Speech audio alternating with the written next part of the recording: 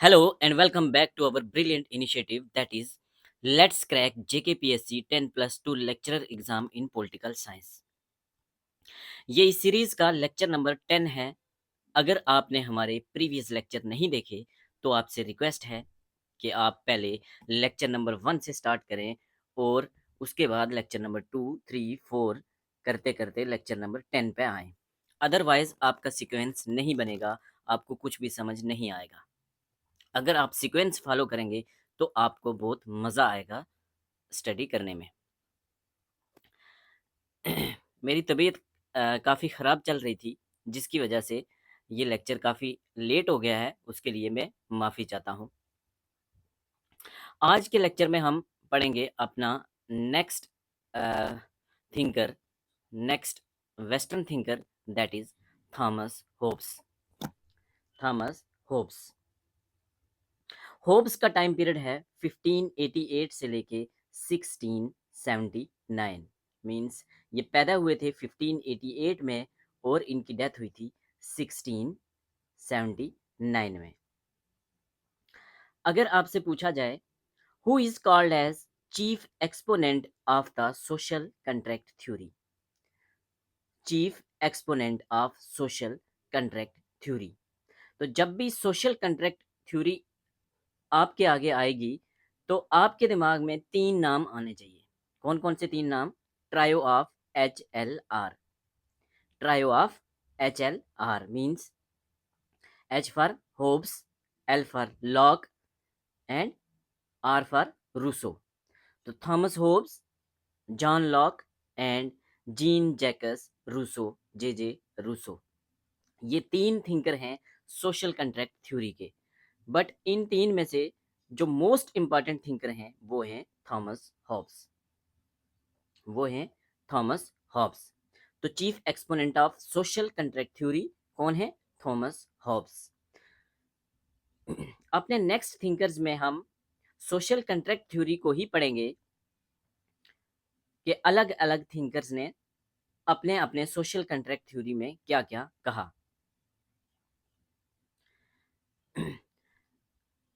Hobbs का जन्म हुआ था 5 अप्रैल 1588 को। 5 अप्रैल 1588 को कहाँ हुआ था? माम्सबरी नाम की एक जगह है इंग्लैंड में। माम्सबरी नाम की एक जगह है इंग्लैंड में, वहाँ पैदा होते हैं कौन? होब्स। ये एक गरीब फैमिली से बिलोंग करते थे। इनका जन्म एक गरीब फैमिली में मॉम्सबरी नाम की जगह में इंग्लैंड में होता है। बट इनके अंकल काफ़ी रिच थे और वो इनकी स्टडी में काफ़ी हेल्प करते हैं। अंकल इनके एडमिशन करवाते हैं ऑक्सफोर्ड में और ये ग्रेजुएट करते हैं 1608 में ऑक्सफोर्ड से। 1608 वही टाइम था जब इंडिया में विलियम हॉकिन जहांगीर का दरवाज़ा खटखटा रहा था ईस्ट इंडिया कंपनी को की फैक्ट्री लगाने के लिए। तो who was the chief exponent of social contract theory? Thomas Hobbes. Social contract theory में और कौन कौन से 2 थिंकर हम पढ़ेंगे? तो John Locke and J Rousseau, Jean Jacques Rousseau. कहाँ पैदा हुए थे होब्स? तो माम्सबरी नाम की जगह है एक इंग्लैंड में, वहाँ पैदा हुए थे। कब पैदा हुए थे? 5 अप्रैल 1588 में। इनकी ग्रेजुएशन होती है ऑक्सफोर्ड से 1608 में। ग्रेजुएशन के बाद ये बड़े जल्दी ही इंग्लैंड की रॉयल फैमिली के साथ इनका नाता जुड़ जाता है। इंग्लैंड की रॉयल फैमिली, शाही खानदान, रॉयल कैवेंडिश फैमिली के एक बच्चे को ये पढ़ाते हैं जिसका नाम होता है विलियम कैवेंडिश। विलियम कैवेंडिश के ट्यूटर के तौर पर इन्होंने काम किया अपनी ग्रेजुएशन करते ही। तो इससे क्या हुआ? इनकी नज़दीकियां बढ़ गई रॉयल फैमिली के साथ। बाद में ये चार्ल्स सेकंड, जो नेक्स्ट किंग बनेंगे चार्ल्स सेकंड, उनको भी ये पढ़ाते हैं। तो किस किस को पढ़ाया था थॉमस हॉब्स ने? विलियम कैवेंडिश को और चार्ल्स सेकंड को। William Cavendish and Charles second. अगर पूछा जाए क्या थॉमस हॉब्स कंटेम्परेरी थे न्यूटन के? यस, ये न्यूटन के कंटेम्परेरी थे। जिस टाइम न्यूटन काम कर रहा था, न्यूटन जिंदा था, सेम टाइम में होब्स भी एक्टिव थे। तो न्यूटन के ये कंटेम्परेरी थे, गैलीलियो के ये कंटेम्परेरी थे, केपलर के ये कंटेम्परेरी थे, गसंडी के ये कंटेम्परेरी थे, और डेस्कार्टेस के ये कंटेम्परेरी थे। इन सब लोगों से मिले ये, और इनसे ये काफ़ी ज़्यादा इन्फ्लुएंस हुए। उस टाइम में इन लोगों का नाम चल रहा था साइंस में, न्यूटन का, गैलीलियो का, केपलर का, गैसेंडी का, डेस्कार्टेस का। तो इन लोगों से इन्फ्लुएंस हुए और ऐसा ही कुछ करना चाहा इन्होंने पॉलिटिकल साइंस में। ये डेवलप करना चाहते थे political philosophy on scientific method. इसीलिए इन लोगों के साथ ये मिलते जुलते थे और इनसे काफ़ी इन्फ्लुएंस्ड होते थे। क्या करना चाहते थे? Political philosophy on scientific method. Karl Marx इनको एक्नॉलेज करते हैं father of all of us. ये स्टेटमेंट ट्रू है या फॉल्स? स्टेटमेंट ट्रू है अगर पूछा जाए तो। कार्ल मार्क्स ने किसको कहा father of all? Father of all of us? तो हॉब्स को। थॉमस हॉब्स, वही थॉमस हॉब्स जो जाने जाएंगे सोशल कॉन्ट्रैक्ट थ्योरी के लिए, उनको कार्ल मार्क्स ने एक्नॉलेज किया as father of all of us. What Newton does to physics, Hobbes wanted to do the same for political science.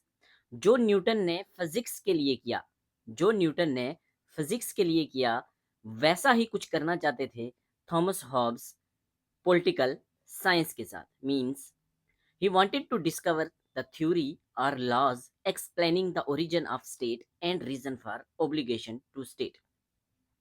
वो चाहते थे कि कोई ऐसी थ्योरी, कोई ऐसा लॉ वो डिस्कवर करें जो एक्सप्लेन करे ओरिजिन ऑफ स्टेट को, और रीजन के लोग क्यों स्टेट को माने, क्यों सरकार को माने।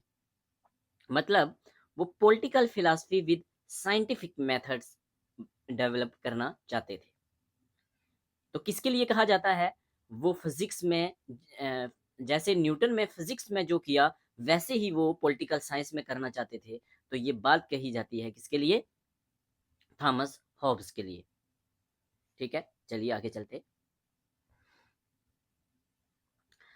ही belong to an enlightenment period. Thomas Hobbes किस पीरियड से बिलोंग करते थे? एनलाइटनमेंट पीरियड से। एनलाइटनमेंट पीरियड का मतलब क्या है कि इस टाइम चीजें बदल रही थी। पहले क्या होता था? किसी भी चीज का किसी भी चीज का आंसर देने के लिए सहारा लिया जाता था रिलीजन का। अब चीजें बदल रही थी। अब ट्रांसफॉर्म हो रही थी चीजें from religious thinking to scientific thinking. अब चीजों का आंसर देने के लिए साइंस का सहारा लिया जाने लगा था, न कि रिलीजन का। अब पॉलिटिक्स जो है वो रिलीजन से अलग हो रही थी। तो उस टाइम में कौन आता है? उस टाइम में आते हैं थॉमस हॉब्स। ऐसा क्या हो रहा था उस टाइम? उस टाइम ऐसा क्या हो रहा था कि scientific study of politics start हो चुकी थी। बात हो रही है 16 से लेकर 19 सेंचुरी के बीच की। इस टाइम पीरियड को हम कह सकते हैं एनलाइटनमेंट पीरियड, जिसमें चीजें बदल रही थी। रिलीजियस थिंकिंग से साइंटिफिक थिंकिंग की तरफ चीजें ट्रांसफॉर्म हो रही थी। पॉलिटिक्स को रिलीजन से अलग किया जाने जा रहा था। ठीक है।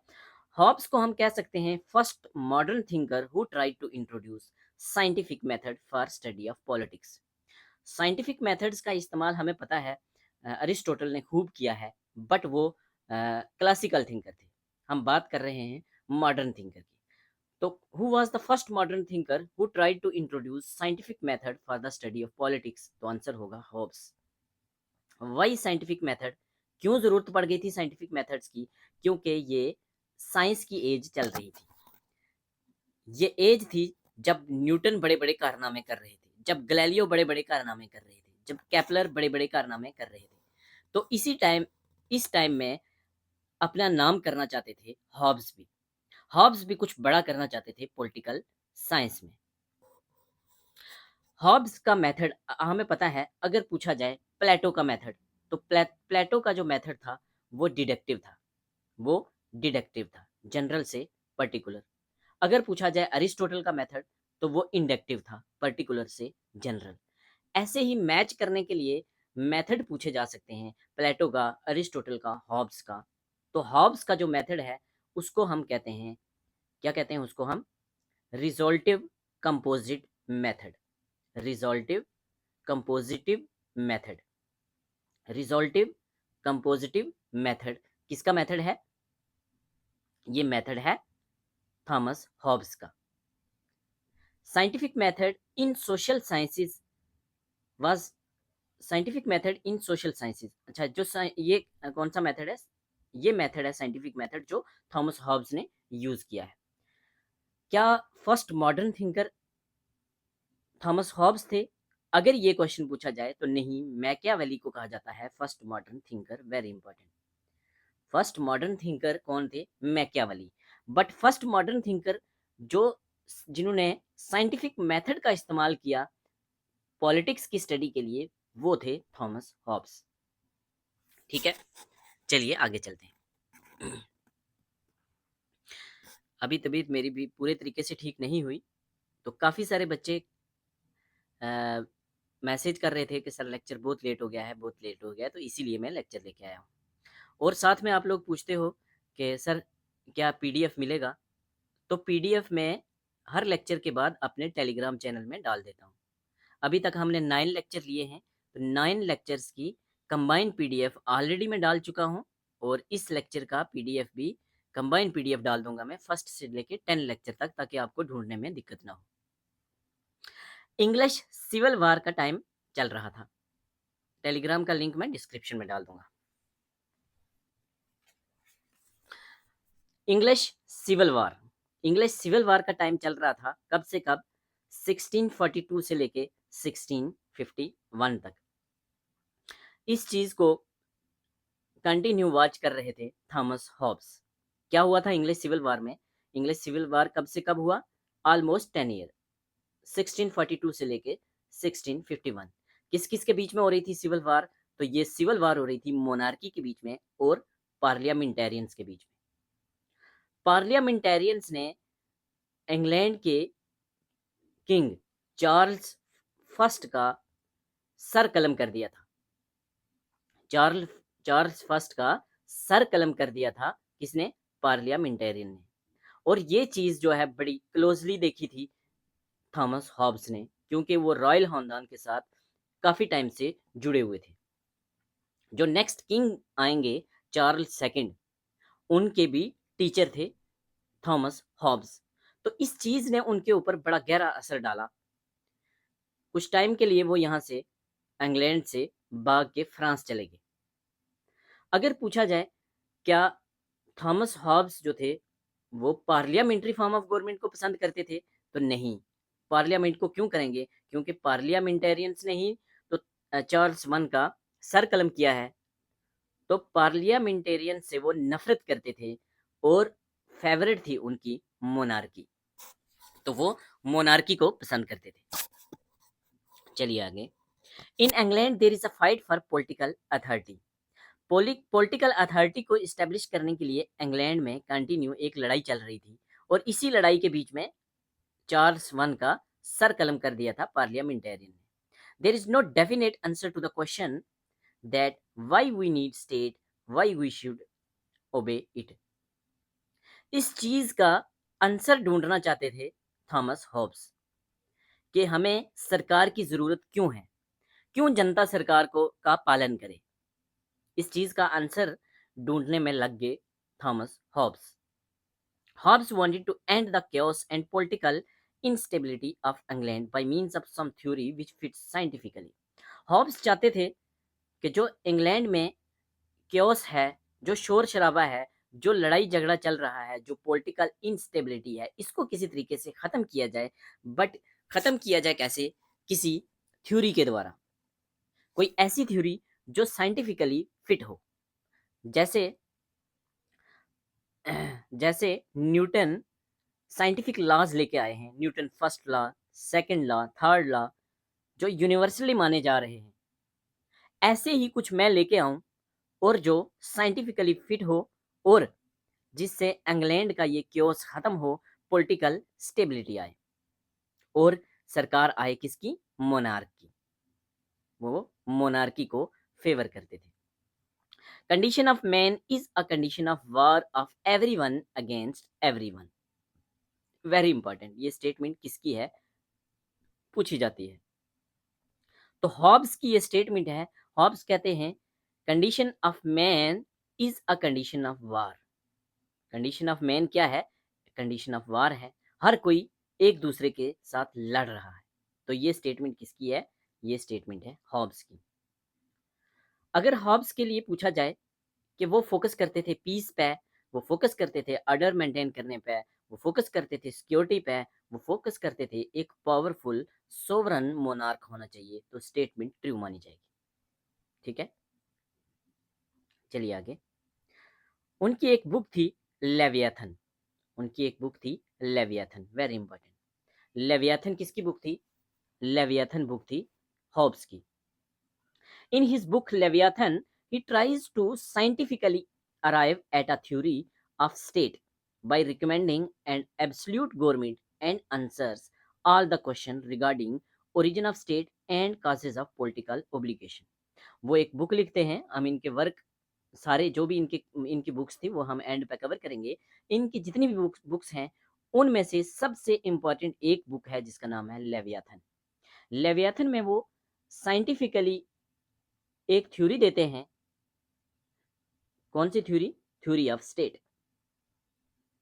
जिसमें वो सारे क्वेश्चन, जिन क्वेश्चंस की वो बात करते थे कि स्टेट की जरूरत क्यों है और जनता क्यों माने, सरकार को क्यों माने, गवर्नमेंट को क्यों माने, क्यों ओबे करे, इन सब के लिए वो एक थ्योरी लेके आते हैं जिसमें वो रिकमेंड करते हैं एक एब्सोल्यूट गवर्नमेंट, एक एब्सोल्यूट मोनार्की, और इन सारे के सारे क्वेश्चंस का आंसर देते हैं।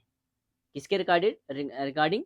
Regarding origin of state and causes of political obligation के आप मींस जनता क्यों ओबे करे स्टेट को। उसके लिए वो कहते हैं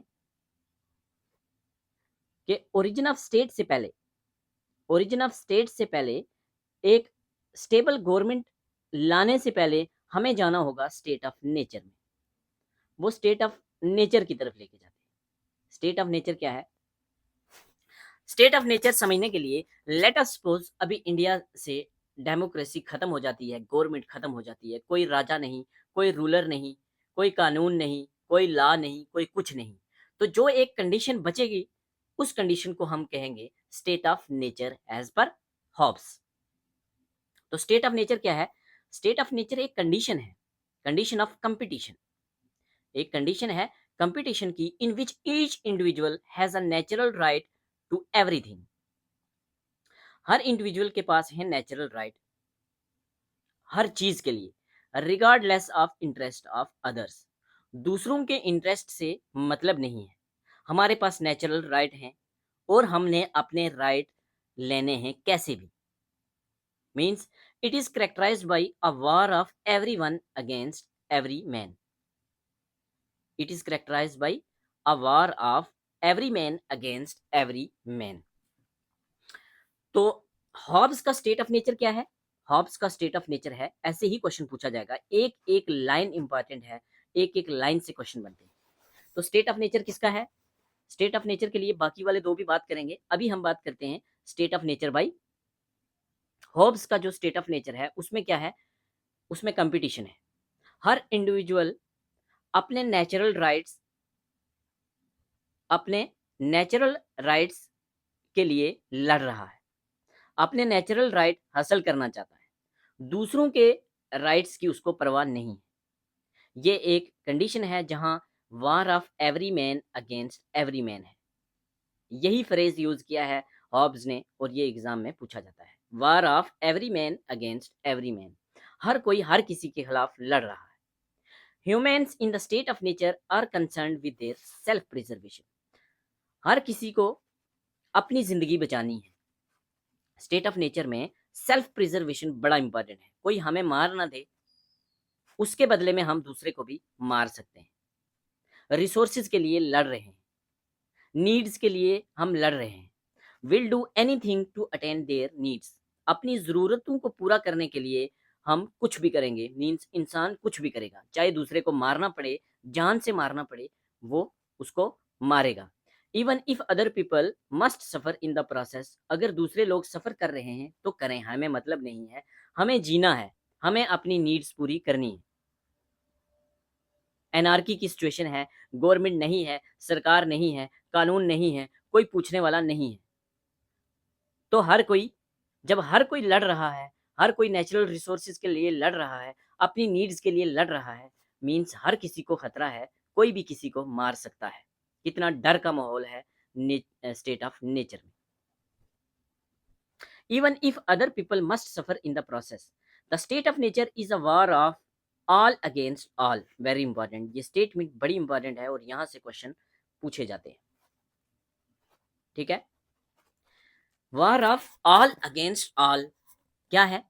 यही है स्टेट ऑफ नेचर हॉब्स की।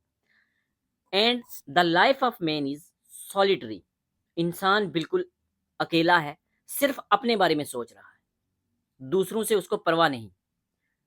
सॉलिटरी वर्ड का यूज किया है। सेल्फिश है इंसान, सेल्फिश वर्ड का यूज किया है। इंसान आइसोलेटेड है, इगोस्टिक है, इंसान गरीब है, नेस्टी है, ब्रुटिश है, शॉर्ट है। And man was enemy to every man, इंसान हर किसी का दुश्मन है, वो बहुत बुरा है, नास्टी है, ब्रिटिश है, बहुत बुरा है, बहुत सेल्फिश है, बहुत खुदगर्ज है, सिर्फ अपने बारे में सोच रहा है, दूसरे की उसको परवाह नहीं है। Means pessimistic view of human nature के बारे में बात करते हैं कौन? थॉमस हॉब्स अपने स्टेट ऑफ नेचर में pessimistic view of human nature के बारे में बात करते हैं कि इंसान सेल्फिश है, आइसोलेटेड है, सिर्फ अपने बारे में सोचता है, वो बहुत बुरा है, उसको किसी की परवाह नहीं। ये वर्ड यूज किए हैं नेस्टी, ब्रूटिश, शॉर्ट, आइसोलेटेड, इगोस्टिक, पूर, सेल्फिश, सॉलिटरी। ये वर्ड है, सच पूछे जाते हैं। कोई गवर्नमेंट नहीं है, कोई रूलर नहीं है, कोई राजा नहीं है, कोई अथॉरिटी नहीं है, कोई कानून नहीं है, मोरालिटी भी नहीं है। तो morality means difference between right and wrong. It is a pre moral and pre political stage of human society. Very important, पूछा जाता है किसका स्टेट ऑफ नेचर जो है वो प्री मॉरल और प्री पॉलिटिकल स्टेज है ह्यूमन सोसाइटी का। प्री मॉरल मीन्स मोरालिटी से पहले, अभी मोरालिटी नहीं आई। प्री पॉलिटिकल मीन्स पॉलिटिकल से पहले। तो ये है हॉब्स का, हॉब्स का स्टेट ऑफ नेचर। ठीक है, तो क्या है? ओरिजिन ऑफ स्टेट से पहले मीन्स हमें स्टेट की क्यों जरूरत है और हम क्यों ओबे करें स्टेट को, उससे पहले वो हमें लेके जाते हैं स्टेट ऑफ नेचर में। स्टेट ऑफ नेचर क्या है? स्टेट ऑफ नेचर क्या है? स्टेट ऑफ नेचर एक हाइपोथेटिकल सिचुएशन है, ये एक्चुअल में स्टेट ऑफ नेचर नहीं है, ये हॉब्स का हाइपोथेटिकल सिचुएशन है, एक इमेजिनरी स्टेट है। हॉब्स का इमेजिनरी स्टेट है जिसमें क्या है? जिसमें सिर्फ कंपटीशन है, हर इंडिविजुअल हर किसी के खिलाफ लड़ रहा है, अपनी ज़रूरतों को पूरा करने के लिए, अपने नेचुरल राइट को जिंदा रखने के लिए, अपने आप को जिंदा रखने के लिए इंसान हर किसी के साथ लड़ रहा है। War of every man against every man. Self preservation जो है वो मोस्ट इंपॉर्टेंट नेचुरल राइट है स्टेट ऑफ नेचर में। वेरी इंपॉर्टेंट, अगर पूछा जाए which was the most important natural right of state of nature of Hobbes, तो वो था सेल्फ प्रिजर्वेशन। अपने आप को हमें जिंदा रखना है, उसके लिए चाहे हमें दूसरे को मारना पड़े, will do anything to attain the needs. अपनी जरूरतों को पूरा करने के लिए इंसान कुछ भी कर रहा है स्टेट ऑफ नेचर में, हर कोई किसी के साथ लड़ रहा है।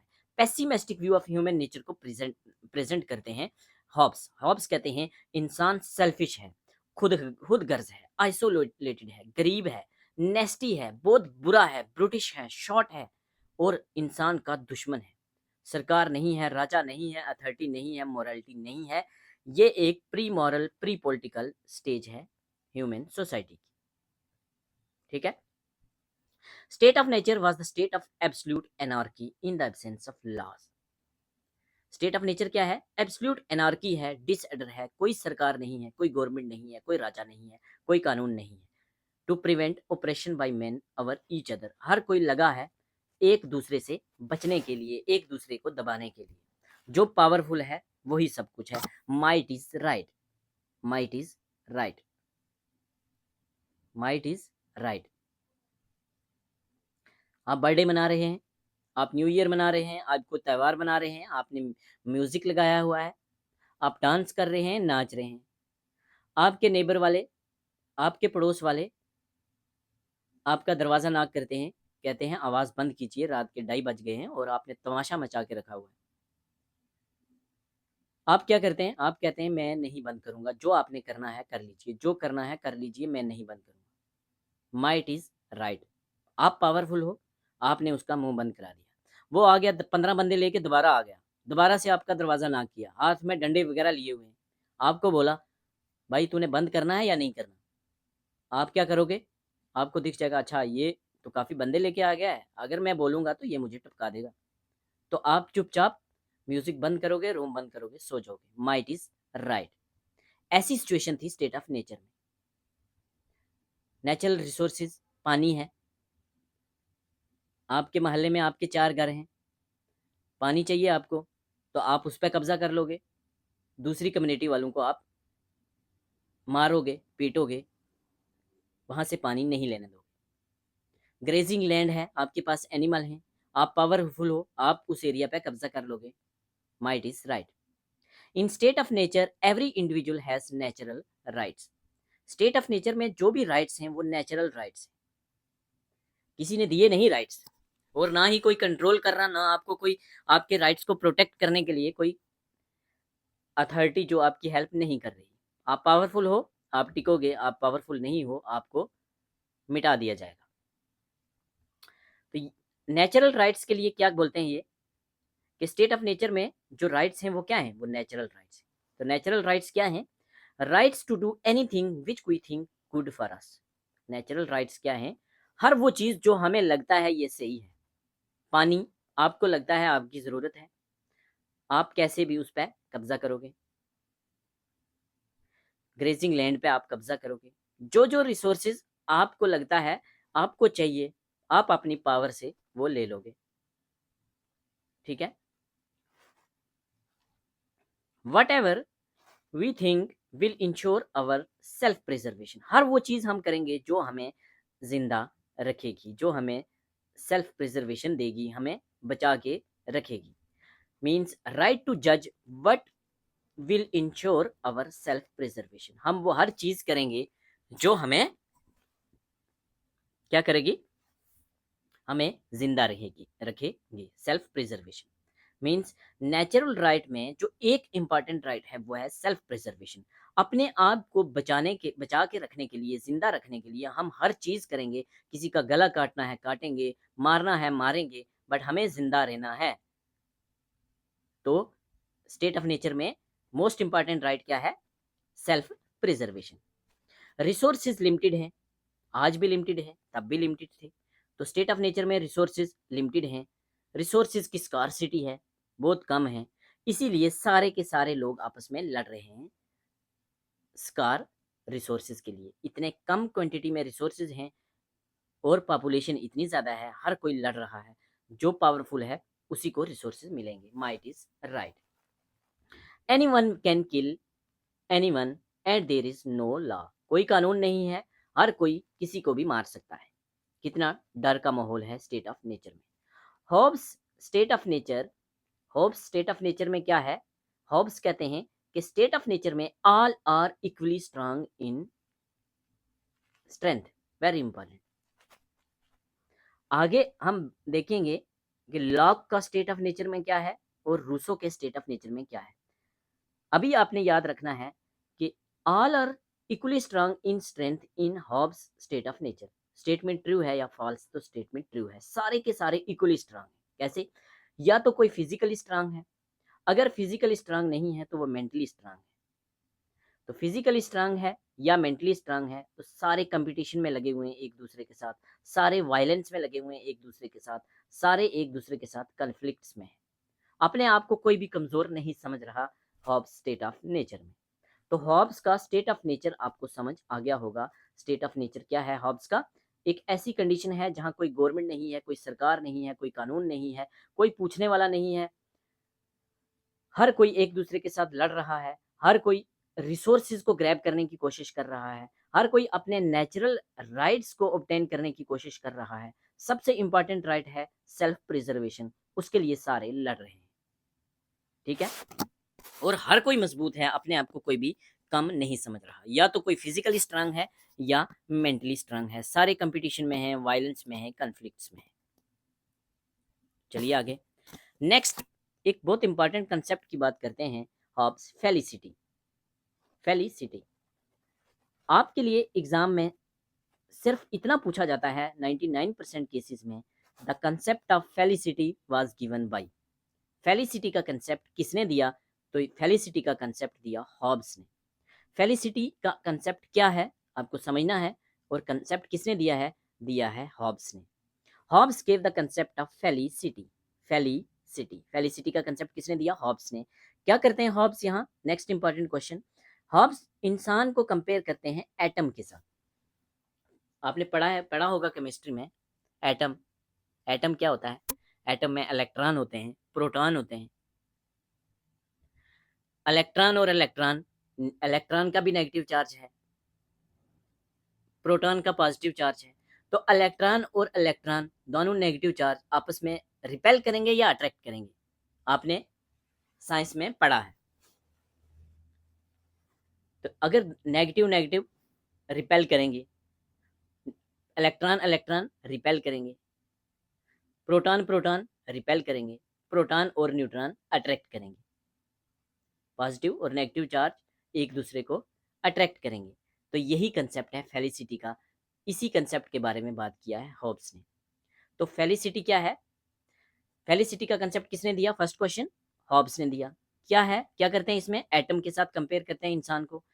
कहते हैं कि इंसान बड़ा सेल्फिश है, ये तो ऑलरेडी हम बात कर चुके। इंसान क्या करता है? सेल्फ इंटरेस्ट दिखाता है एक्शंस में। सेल्फ इंटरेस्ट दिखाता है एक्शन में। अगर हॉब्स को हम, हॉब्स के फेलिसिटी के कंसेप्ट को अभी हम कंपेयर करें प्रेजेंट जो पॉलिटिकल सिचुएशन है, लेट अस सपोज दिल्ली की, दिल्ली में अभी इलेक्शन चल रहे हैं। तो दिल्ली में क्या हुआ, आपने न्यूज़ देखी होगी कि काफ़ी सारे आम आदमी पार्टी के एमएलएज ने पार्टी से रिजाइन करके बीजेपी को ज्वाइन कर लिया। एमएलएज को क्या लगता है कि अभी बीजेपी सेंटर में पावर में है, यहाँ से हमें फायदा मिल सकता है।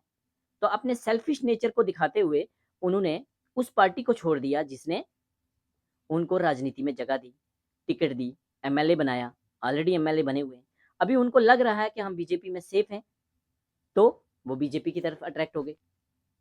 Self interest in the action दिखा या नहीं दिखा? फेलिसिटी, फेलिसिटी ऑफ हॉब्स दिखा या नहीं दिखा? Human beings are driven by motives of desire. Felicity में क्या कहते हैं हॉब्स? कहते हैं ह्यूमन बीइंग्स हैं जो वो ड्राइवन होते हैं किसके मोटिव से? Desire and aversion. Desire and aversion, यही है कंसेप्ट फेलिसिटी का। डिजायर, उन एमएलए को डिजायर दिखा बीजेपी में तो वो बीजेपी में चले गए। उनको अवर्जन दिखा आम आदमी पार्टी में तो आम आदमी पार्टी से दूर हो गए, बीजेपी के पास चले गए। डिजायर फॉर बीजेपी, आम आदमी पार्टी से दूर चले गए, एवर्जन फॉर आम आदमी party. Attracted towards good and move away from bad, अच्छे की तरफ अट्रैक्ट होते हैं और दूर भागते हैं जो उनको लगता है कि ये बैड है। Human beings are matter in motion, देखा ना, फिजिक्स के, फिजिक्स की कुछ टर्म ले रहे हैं, न्यूटन की तरह बातें कर रहे हैं। तो फेलिसिटी के साथ कहीं मैच करने के लिए अगर आ जाए, मैटर इन मोशन की बात कौन करता है? तो मैटर इन मोशन की बात कौन करता है? हॉब्स करते हैं। Matter in motion, matter in motion to satisfy their desire, seeking pleasure and avoiding pain. अपने डिजायर को सेटिस्फाई करने के लिए वो लोग बीजेपी में चले गए, अपने सीकिंग प्लेजर, अपने प्लेजर के लिए वो बीजेपी में चले गए। अवॉइडिंग पेन, उनको लग रहा है कि शायद आम आदमी पार्टी में हम हार जाएंगे क्योंकि बीजेपी की सरकार शायद दिल्ली में आ जाएगी, ऐसा उनको लग रहा है। एक्चुअल क्या है 8 तारीख को आपको पता चल जाएगा। तो अवॉइडिंग पेन, हमें बाद में वो दर्द ना दिखे, हमें वो दर्द ना फील करना पड़े हार का, या हमारे पे ईडी ना हमें नोच ले, तो इससे बेटर है हम किसमें चले जाएं, बीजेपी में चले जाएं। Felicity, desire, aversion and the continual fulfilment of their desire. समझ आ गया होगा। According to Hobbes there are two kinds of voluntary motion. दो तरह के वॉलंटरी मोशन हैं। मोशन, वॉलंटरी मोशन, वैसे ही फिजिक्स वाली बातें कर रहे हैं। वॉलंटरी मतलब इंसान की मर्जी है वो करे या ना करे। Motion, movements. कौन से मूवमेंट्स? डिजायर और एवर्जन। कौन से? Voluntary motions are endeavours. कौन कौन से? दो। पहला डिजायर, दूसरा एवर्जन। या तो हम पास जाएंगे या दूर भागेंगे। मतलब एपेटाइट, मोशन टुवर्ड्स समथिंग। कौन कौन से दो मोशन की बात करते हैं? एपेटाइट, भूख, भूख है उनको किसी, इसलिए मोशन टुवर्ड्स समथिंग, किसी चीज की तरफ जाएंगे। And aversion, motion from word, from word something. मतलब यहाँ कुछ गलत लिखा है। एवर्जन मीन्स के दूर भागेंगे वहां से, अवे फ्रॉम समथिंग, ठीक है। या मूव फॉरवर्ड, मोशन फॉरवर्ड हो सकता है, यहाँ फॉरवर्ड होगा या अवे।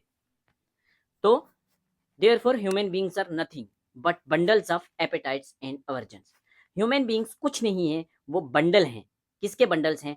एपेटाइट्स के और अवर्जन्स के। तो एपेटाइट क्या है? डिजायर। अवर्जन क्या है? दूर भागना। एपेटाइट्स किसी चीज की तरफ जाना, मोशन टुवर्ड्स समथिंग, ठीक है। फेलिसिटी का कंसेप्ट समझ आ गया?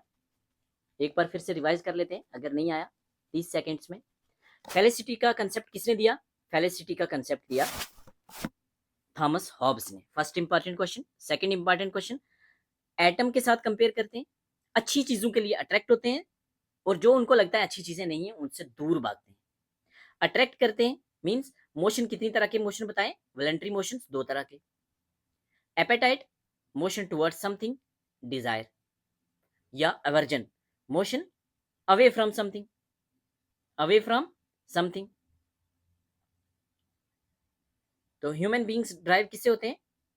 कौन से मोटिव से? डिजायर से और अवर्जन से। जो चीजें अच्छी लगती हैं, जहां फायदा दिख रहा है उसकी तरफ जाएंगे, जहां उनको लग रहा है फायदा नहीं है वहां से दूर भागेंगे। To satisfy their desire, seeking pleasure and avoid pain. और नेक्स्ट इंपॉर्टेंट क्वेश्चन क्या है कि ह्यूमन बींग्स क्या हैं? वो कुछ नहीं है, एक बंडल है एपेटाइट के और अवर्जन के। ये किसने बोला? ये बोला किसने? थॉमस हॉब्स ने। यहाँ से क्वेश्चन पूछे जाएंगे। एक बार फिर से रिवाइज कर लेते हैं। वेरी इंपॉर्टेंट क्वेश्चन क्या आएगा? फेलिसिटी का कंसेप्ट थॉमस हॉब्स का। एटम के साथ कंपेयर करते हैं, वॉलंटरी मोशन की बात करते हैं। दो तरह के वॉलंटरी मोशन है, कौन कौन से? एपेटाइट या डिजायर या मोशन टुवर्ड्स समथिंग। जहां फायदा दिख रहा है उसके पास चले जाओ। अभी बीजेपी में फायदा है, बीजेपी के साथ चले जाओ। एंड अवर्जन, और दूर भागो। कहा? Motion from something, motion away from something, या मूव फॉरवर्ड, या move away from something, aversion. आम आदमी पार्टी से हमें अभी फायदा नहीं मिलने वाला, दर्द मिलने वाला आने वाले टाइम में, इसलिए दूर भाग जाते हैं। और ह्यूमन बीइंग कुछ नहीं है, ये bundles of appetites and aversion है। चलिए आगे। स्टेट ऑफ नेचर में क्या है? क्या जस्टिस सिस्टम है स्टेट ऑफ नेचर में? नहीं, नो जस्टिस सिस्टम। क्या मॉरलिटी है? नहीं, मॉरलिटी नहीं है, नो मॉरलिटी। क्या सिविलाइजेशन है? No civilization. कुछ भी नहीं है। लोग सेल्फिश हैं, इनसिक्योर हैं, लड़ाकू हैं, बुरे हैं, ब्रिटिश हैं, नेस्टी हैं, पूर हैं, अकेले हैं, आइसोलेटेड हैं, सिर्फ अपने बारे में सोच रहे हैं। But at the same time they are rational, rational हैं, रीजन है उनके पास, नॉलेज है उनके पास, रैशनल है, थिंकिंग पावर है, रीजनिंग है, तभी तो सेल्फ प्रिजर्वेशन के बारे में सोच रहे हैं।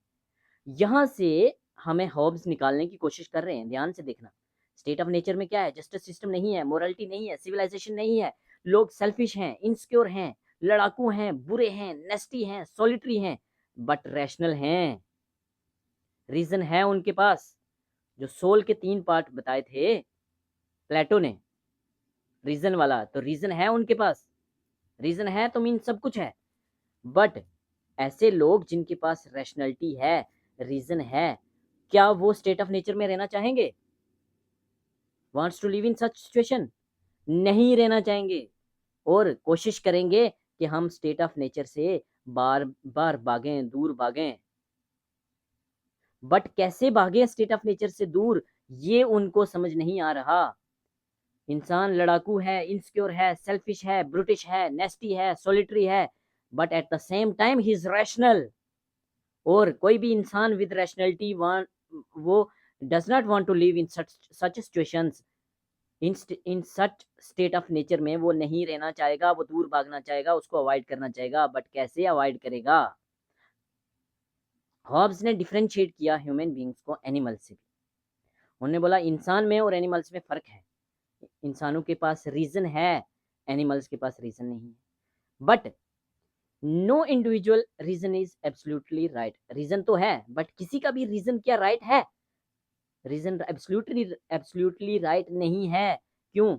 अगर एब्सोल्युटली राइट होता तो क्या वो हर किसी के साथ लड़ रहा होता, हर किसी को मार काट रहा होता? नहीं। इसलिए ही emphasized on the need of an arbitrator। मतलब वो हमें निकालने की कोशिश कर रहे हैं। ध्यान से समझना, सोशल कंट्रैक्ट की तरफ लेके जाएंगे। रैशनल है इंसान, बट क्या फायदा इस रीजन का जिसका वो फायदा नहीं ले रहा? इसलिए इंसान को जरूरत है किसी जज की, जरूरत है किसकी? आर्बिट्रेटर की। जरूरत है किसी सोवरन की, किसी रूलर की, किसी राजे की, ताकि वो डिस्प्यूट दो पार्टीज में रिजॉल्व करे। मींस हिंट दे रहे हैं वो कि हमें गवर्नमेंट की जरूरत है, हमें स्टेट ऑफ नेचर से निकलने की जरूरत है। आस्ता आस्ता वो निकाल रहे हैं, वो लेकर आते हैं अब कंसेप्ट ऑफ नेचुरल लॉस। देखना, नेचुरल राइट्स और नेचुरल लॉस टोटली डिफरेंट हैं। हॉब्स के नेचुरल राइट्स क्या थे? हर वो राइट जो हमें जिंदा रखने में हेल्प करे। हम अपने आप को जिंदा रखने के लिए कुछ भी करेंगे, मारेंगे, काटेंगे हर किसी को, हमें मतलब नहीं है, दूसरा भाड़ में जाए, हमें अपने बारे में सोचना है। वो क्या था? नेचुरल राइट्स, जो स्टेट ऑफ नेचर में थे। नेचुरल लॉज लेके का कंसेप्ट लेके आते हैं। नेचुरल लॉज क्या है? चलिए बात करते हैं नेचुरल लॉज के बारे में। फर्स्ट क्वेश्चन पूछा जाता है, नेचुरल लॉज की बात कौन सी बुक में करते हैं? तो लेवियथन में करते हैं। लेवियथन बुक है थॉमस हॉब्स की, जिसमें ये बात करते हैं नेचुरल लॉज की। इनकी सारी बुक्स पढ़ेंगे हम एंड पे। ये कहते हैं, हम नेचुरल लॉज के बारे में पहले जानने की कोशिश करते हैं, नेचुरल लॉज होते क्या है। देखो, एक लॉज है हमारे कॉन्स्टिट्यूशन के अंदर, जो लॉज हैं क्या ये नेचुरल हैं? नहीं, ये नेचुरल नहीं है, ये पार्लियामेंट ने बनाए हैं, कॉन्स्टिट्यूशन में रखे हैं, हमें पालन करना है। क्या ये भगवान ने बनाए हैं? नहीं बनाए भगवान ने, अल्लाह ने नहीं बनाए, इंसानों ने बनाए, जो हमारे कॉन्स्टिट्यूशन में। ठीक है, तो नेचुरल लॉज क्या है? हॉब्स कहते हैं कि नेचुरल लॉज जो है ये गॉड ने बनाए। नेचुरल लॉज किसने बनाए? गॉड ने बनाए, नेचर ने बनाए, लेकिन उसने रिवील नहीं किए। जैसे न्यूटन ने लॉज ऑफ मोशन को डिस्कवर किया। Newton first law of motion, second law of motion, third law of motion, Newton gravitational laws of motion, gravity के लॉज। क्या ये कॉन्स्टिट्यूशन में है? नहीं, कॉन्स्टिट्यूशन में तो नहीं है। क्या ये नेचुरल लॉज है? बिल्कुल नेचुरल लॉज है, न्यूटन लॉज ऑफ मोशन। क्या भगवान ने हमें बताए? नहीं बताए। क्या कहता है Newton first law of motion में, कि कोई चीज अगर मोशन में है वो तब तक मोशन में रहेगी जब तक उसके ऊपर कोई एक्सटर्नल फोर्स ना लगाई जाए, या कोई चीज मोमेंट में है वो तब तक मोमेंट में रहेगी जब तक उसके ऊपर कोई फोर्स ना लगाई जाए। सेकंड लॉ में बात करते हैं, फोर्स दो ऑब्जेक्ट्स के बीच में जो फोर्स है वो किसके बराबर होगी? मास इंटू एक्सेलरेशन के बराबर होगी। इन चीजों में नहीं जाएंगे हम, जो फिजिक्स बैकग्राउंड के नहीं है उनको नहीं समझ आएगी। कुल मिला के जो ये लॉज हैं न्यूटन के, ये यूनिवर्सल है, पूरी दुनिया में माने जाते हैं। और ऐसा होता है, दो सब्जेक्ट के बीच की फोर्स के बारे में जो बात करते हैं वो सच में ऐसी होती है। फोर्स नेचर ने लाई है, गॉड की तरफ से है। मतलब ये लॉज गॉड की तरफ से थे, अल्लाह की तरफ से थे, बट हमें पता नहीं था। इंसान ने अपने रीजन का इस्तेमाल किया, न्यूटन ने अपने रीजन का इस्तेमाल किया, और पता चला इन लॉज के बारे में। ठीक है, ऐसे ही हम और भी बहुत सारे लॉज हैं गॉड ने बनाए हैं, but not reveal to man, इंसानों में रिवील नहीं किए। इंसान ने क्या करना है, अपने रीजन का इस्तेमाल करना है, अपने रीजन का इस्तेमाल करके, अपनी रैशनैलिटी का इस्तेमाल करके उसने इन लॉज का पता करना है। We have to discover them by using reason. Hobbes natural laws are sum of moral philosophy. Hobbes का नेचुरल लॉज क्या है? सम ऑफ मॉरल फिलॉसफी है that are discoverable by unaided natural reason. ये discoverable है, reason का इस्तेमाल करके इंसान ने डिस्कवर करना है। They are the rules of reason that prescribe how to preserve oneself and seek peace in a state of nature. क्या है? ये कुछ रूल्स हैं, रीजन बेस्ड रूल हैं, जो प्रिस्क्राइब क्या करते हैं कि हमने अपने आप को कैसे प्रिजर्व करके रखना है, और प्रिजर्व करके रखना है बट किसी को मार काटना नहीं है, हमने पीस में भी रहना है। स्टेट ऑफ नेचर में हमने अगर पीस में रहना है, अपने आप को प्रिजर्व करके रखना है, रीजनिंग का इस्तेमाल करके रखना है, तो गॉड ने ऐसे लॉज हमें दिए हुए हैं, बट हमें पता नहीं है। हमें अपने रीजन का इस्तेमाल करके ये लॉज जो हैं ये जानने हैं। हर्ब्स किसी ना किसी तरह से कोई एक थ्योरी को फिट करना चाहते थे जो साइंटिफिकली फिट हो, साइंटिफिकली एक स्टेट एस्टेब्लिश हो जिसके ऊपर एक मोनार्क रूल करे, एक राजा रूल करे और जनता उसका पालन करे। तो उसकी तरफ हॉब्स हमें लेके जा रहे हैं। हॉब्स ने कितने नेचुरल लॉज दिए? तो हॉब्स ने 19 नेचुरल लॉज दिए। Very important. क्या हमें ये 19 के 19 याद रखने? नहीं, हमने फर्स्ट क्वेश्चन याद रखना है, हॉब्स के नेचुरल लॉज क्या हैं। कुछ ऐसे लॉज हैं जो नेचर ने बनाए हैं बट उस नेचर ने हमें रिवील नहीं किए, नेचर ने हमें रिवील नहीं किए, हमने खुद उनको जानना है, हमने उनको खुद डिस्कवर करना है अपने रीजन का इस्तेमाल किए हुए करके। जैसे ऊपर क्या बात कर रहे हैं हॉब्स, हॉब्स कह रहे हैं सबके पास रीजन है, इसीलिए कह रहे हैं कि रीजन है, रीजन का इस्तेमाल करो, वो लॉज जो हैं वो डिस्कवर करो और एक स्टेट को एस्टेब्लिश करो, एक सरकार को एस्टेब्लिश करो, उसमें एक मोनार्क बिठाओ और वो मोनार्क आप पर रूल करेगा, आपने उस मोनार्क को ओबे करना है। कुछ ऐसा करने की कोशिश कर रहे हैं। तो कितने लॉज की बात करते हैं? 19 लॉज की बात करते हैं। फर्स्ट लॉ हमने याद रखना है। फर्स्ट लॉ क्या है? मैन सीक्स पीस, इंसान अमन चाहता है, पीस चाहता है। As far as he can hope to obtain, इंसान पीस चाहता है और वो कोशिश करेगा कि पीस हो, लेकिन तब तक कोशिश करता रहेगा वो जब तक पीस नहीं मिलेगा। अगर वो नाकाम हो जाएगा, फेल हो जाएगा, उसको लगेगा कि पीस नहीं होने वाला, तो वो दूसरा रास्ता अपनाएगा, वार का, जंग का, लड़ाई का। तो फर्स्ट लॉ क्या कहता है? Man seeks peace as far as he can hope to obtain, when he can't obtain he seeks war. वो कोशिश करेगा कि पीस हो, तब तक कोशिश करता रहेगा जब तक पीस नहीं आता। अगर उसको लगेगा कि अब कोई की भी कंडीशन नहीं बची पीस लाने की, तो वो रास्ता अपनाएगा, वार का। तो ये फर्स्ट लॉ है, फर्स्ट नेचुरल लॉ है किसका? हॉब्स का। सेकंड नेचुरल लॉ क्या है? सेकंड नेचुरल लॉ बात करता है man should be willing in concern with others to give up their natural rights to achieve peace. Every man is ready to surrender all his rights except one right, that is right to preserve ourselves। क्या कहते हैं Hobbs second law में? कहते हैं कि इंसान जो है वो अपने नेचुरल राइट्स को सरेंडर करने के लिए रेडी है। अपने नेचुरल राइट्स की बात कर रहा है। कौन से राइट्स? वही राइट्स जिसके लिए वो स्टेट ऑफ नेचर में लड़ रहा था। लॉज की बात नहीं कर रहा, सेकंड लॉ में बात कर रहा है नेचुरल राइट्स की।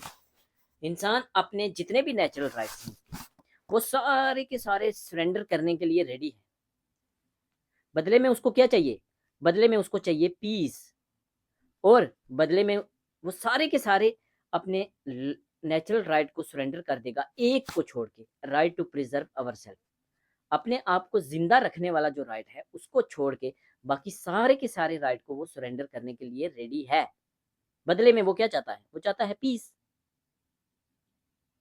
और यही एक्सेप्ट करता है वो, यही एक्सपेक्ट करता है वो बाकी वाले लोगों से, कि मैं अपने सारे नेचुरल राइट्स को सरेंडर करने के लिए रेडी हूं, और मैं चाहता हूं कि बाकी वाले सारे लोग भी अपने नेचुरल राइट को सरेंडर करें। या बाकी वाले सारे राइट लोग जो हैं वो अपने नेचुरल राइट को सरेंडर कर रहे हैं, तो मैं भी रेडी हूँ ताकि हम अपने स्टेट ऑफ नेचर में पीस लेके आए। एक रूलर हो, एक मोनार्क हो, हम सारे के सारे ला, सारे के सारे नेचुरल राइट्स उसके हवाले कर दें और वो बदले में हमें प्रोटेक्शन दे। ऐसी बात करते हैं सेकंड लॉ में। और जो सेकंड लॉ है वही बनता है basis for social contract. Social contract theory हमने पढ़नी है ना डिटेल में, अभी अभी पढ़ेंगे। तो सोशल कंट्रैक्ट थ्योरी किसकी है? 3 लोगों की है, हमने बात की, हॉब्स की, लॉक की और रूसो की। इस लेक्चर में हम हॉब्स के बारे में डिटेल पढ़ रहे हैं। तो हॉब्स ने फर्स्ट नेचुरल लॉ क्या बोला? फर्स्ट नेचुरल लॉ, इंसान पीस चाहता है तब तक पीस चाहता रहेगा जब तक उसको लगे कि पीस मिलेगा। अगर उसको लगे कि अब नहीं मिलने वाला पीस, तो वो वार के ऑप्शन पे जाएगा। दूसरे लॉ में कहता है कि इंसान अपने नेचुरल राइट्स को सरेंडर करने के लिए रेडी है, एक राइट को छोड़ के। कौन सा right? Right to preserve our self. बदले में क्या चाहता है? वो पीस चाहता है। कौन सा नेचुरल लॉ है हॉब्स का 19 लॉ में से जो है बेसिस फॉर सोशल कंट्रैक्ट बनता है?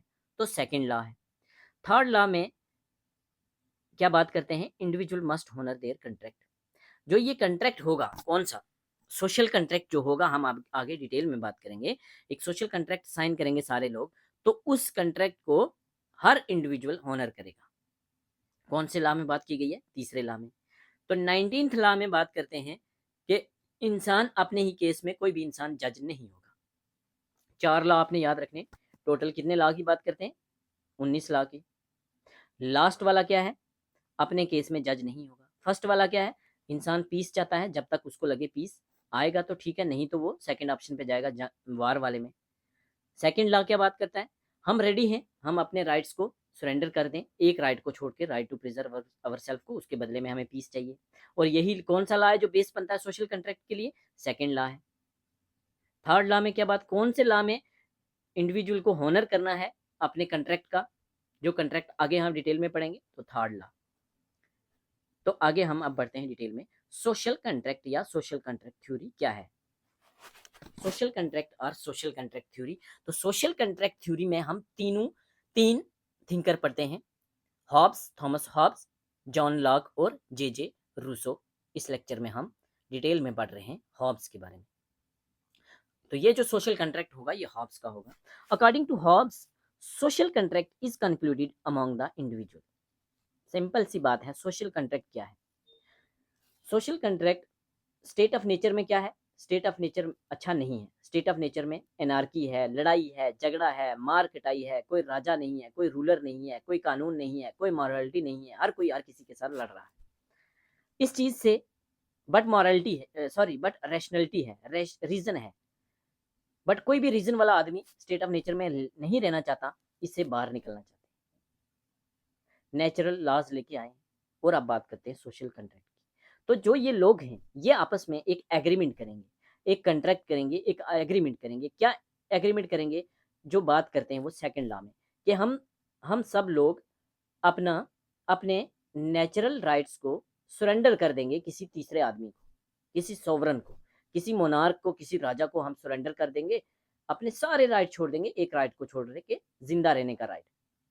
तो बदले में सोवरन क्या करेगा? वो हम पे रूल करेगा, वो जो भी कानून लाएगा, जो पॉलिसी लाएगा, हम मानेंगे। इतनी सी बात है सोशल कंट्रैक्ट थ्योरी। तो डिटेल में पढ़ते हैं एक एक line, word to word. According to Hobbes, social contract is concluded among individual.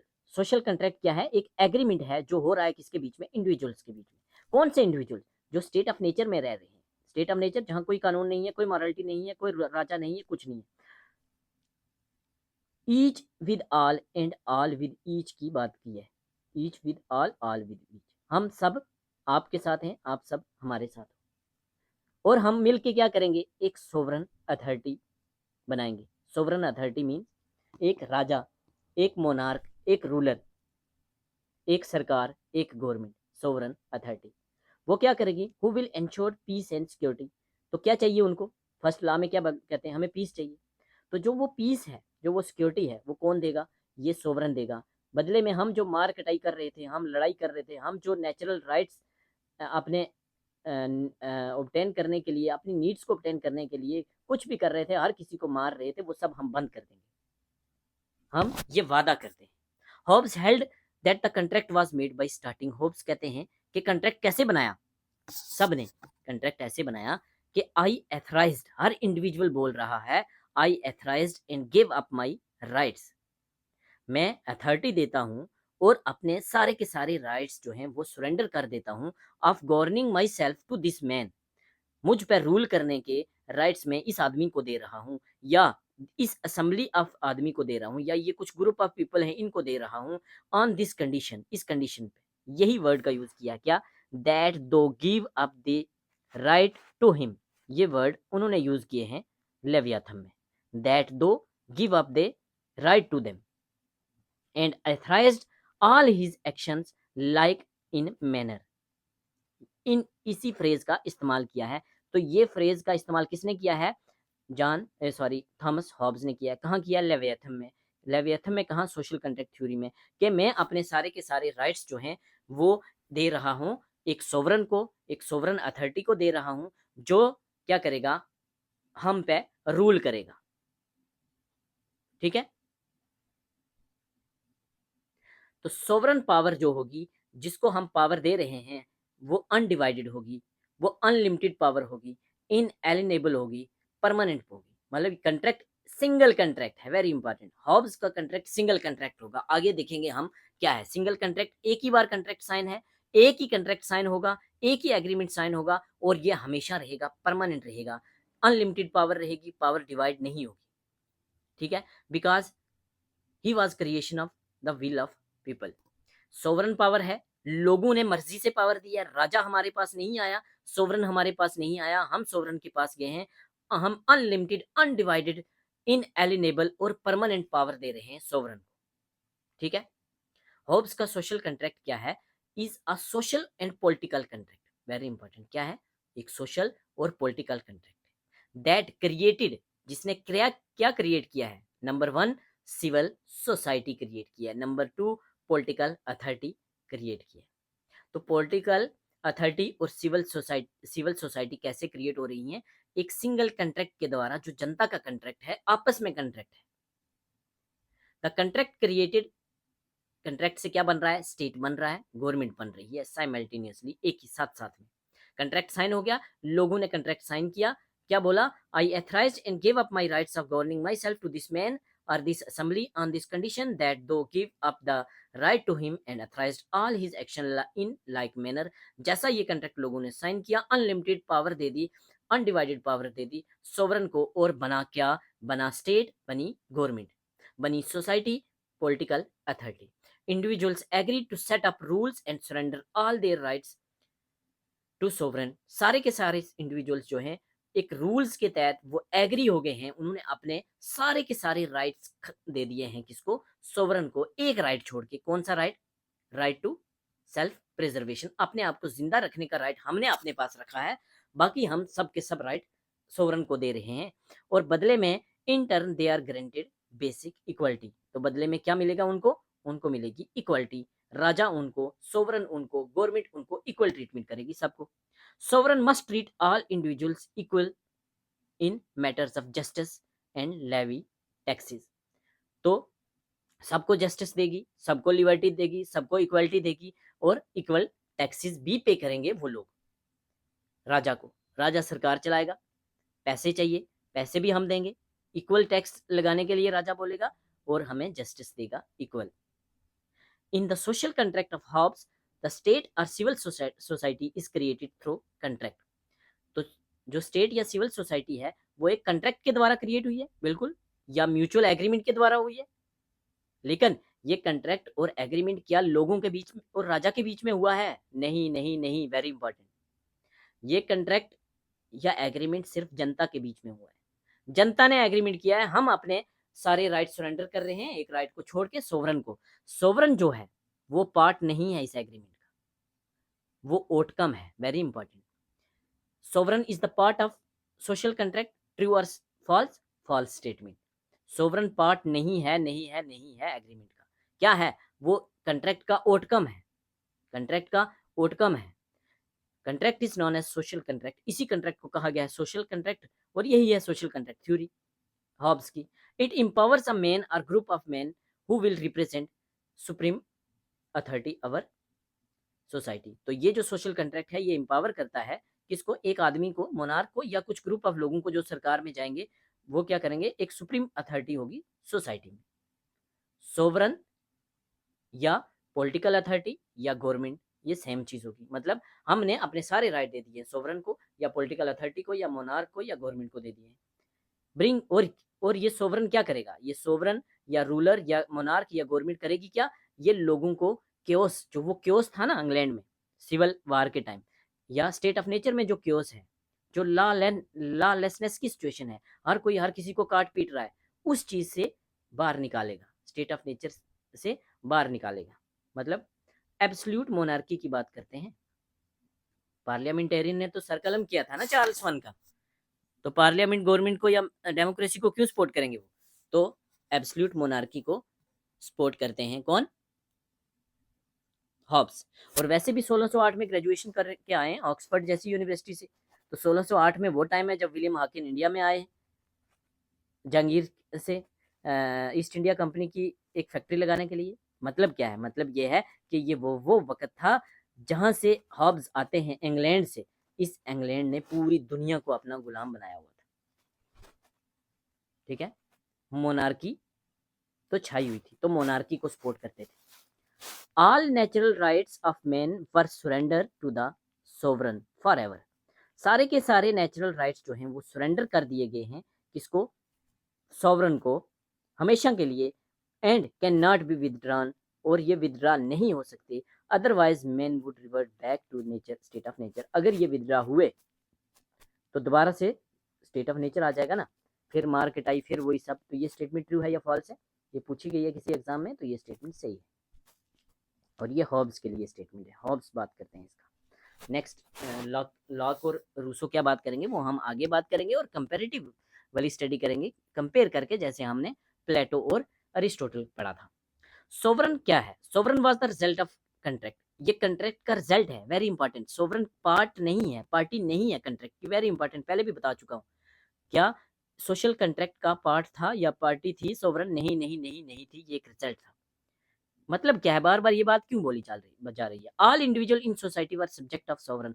जितने भी लोग होंगे ना सोसाइटी में, वो सारे के सारे सोवरन के सब्जेक्ट्स होंगे। He has no obligation towards the subject. मतलब लोगों, जो जनता है उनकी ऑब्लिगेशन है, जो भी कानून, जो भी पॉलिसी सोवरन लाएगा जनता को माननी है। बट अगर जनता कोई डिमांड रखेगी तो क्या वो ऑब्लिगेशन है राजा के लिए या सोवरन के लिए, नहीं, वो ऑब्लिगेशन नहीं है। मोनार्की को, राजा को, सोवरन को जनता क्वेश्चन नहीं करेगी। No obligation towards the subject, individual has all obligation towards the sovereign. Sovereign के लिए इंडिविजुअल्स के लिए तो ऑब्लिगेशंस हैं। ऑब्लिगेशंस मींस मानना है। सोवरन ने जो बोला, राजा ने, गवर्नमेंट ने, सरकार ने जो पॉलिसी, प्रोग्राम, कानून लाया, वो जनता ने मानना ही मानना है। बट ये जरूरी नहीं जो जनता डिमांड करे वो सोवरन भी माने। People can not revolt against sovereign. क्या लोग रिवॉल्ट कर सकते हैं सोवरन के खिलाफ, नहीं, लोग रिवॉल्ट नहीं कर सकते। ये स्टेटमेंट अगर पूछी जाए ट्रू एंड फॉल्स है, यहाँ से क्वेश्चन बनेगा और गलत होगा, ध्यान से समझना। क्या लोग रिवॉल्ट कर सकते हैं, सोवरन के खिलाफ रिवॉल्ट नहीं कर सकते। बट हाँ, एक्सट्रीम केस में कर सकते हैं। Can revolt only if their right to self preservation is in danger. अगर राजा या सरकार आपकी जान लेने की कोशिश करे, आपको खत्म करने की कोशिश करे, तो उस केस में रिवॉल्ट कर सकते हैं। बट हॉब्स कहते हैं कि रिवॉल्ट नहीं करना, अगर रिवॉल्ट करोगे हम दोबारा स्टेट ऑफ नेचर में चले जाएंगे। तो ये स्टेटमेंट ट्रू है, लोग रिवॉल्ट नहीं करेंगे सोवरन के खिलाफ। सिर्फ एक कंडीशन में रिवॉल्ट करेंगे, जब वो, उनकी जान के लिए वो राजा खतरा बनेगा, सेल्फ प्रिजर्वेशन खतरे में होगी। Hobbes had given right to revolt to the people. अगर क्वेश्चन पूछा जाए कि क्या हॉब्स ने राइट टू रिवॉल्ट दिया है लोगों को, तो नहीं दिया। ट्रू है या फॉल्स, फॉल्स है स्टेटमेंट। हॉब्स के लिए ये स्टेटमेंट फॉल्स है। आगे हम बात करेंगे रूसो और लॉक के लिए ये स्टेटमेंट अलग होगी। तो हॉब्स ने राइट नहीं दिया था, ये स्टेटमेंट फॉल्स है। अदरवाइज स्टेट विल एबोलिश, या स्टेट खत्म हो जाएगी उसके बाद, अगर लोग रिवॉल्ट करेंगे तो फिर से हम स्टेट ऑफ नेचर में चले जाएंगे, फिर से इंस्टेबिलिटी आ जाएगी। बट हमने वापस नहीं जाना, we go back to the state of nature में हमने बिल्कुल नहीं जाना। क्या जो हॉब्स की स्टेट है ये सच में कोई स्टेट थी, स्टेट ऑफ नेचर था?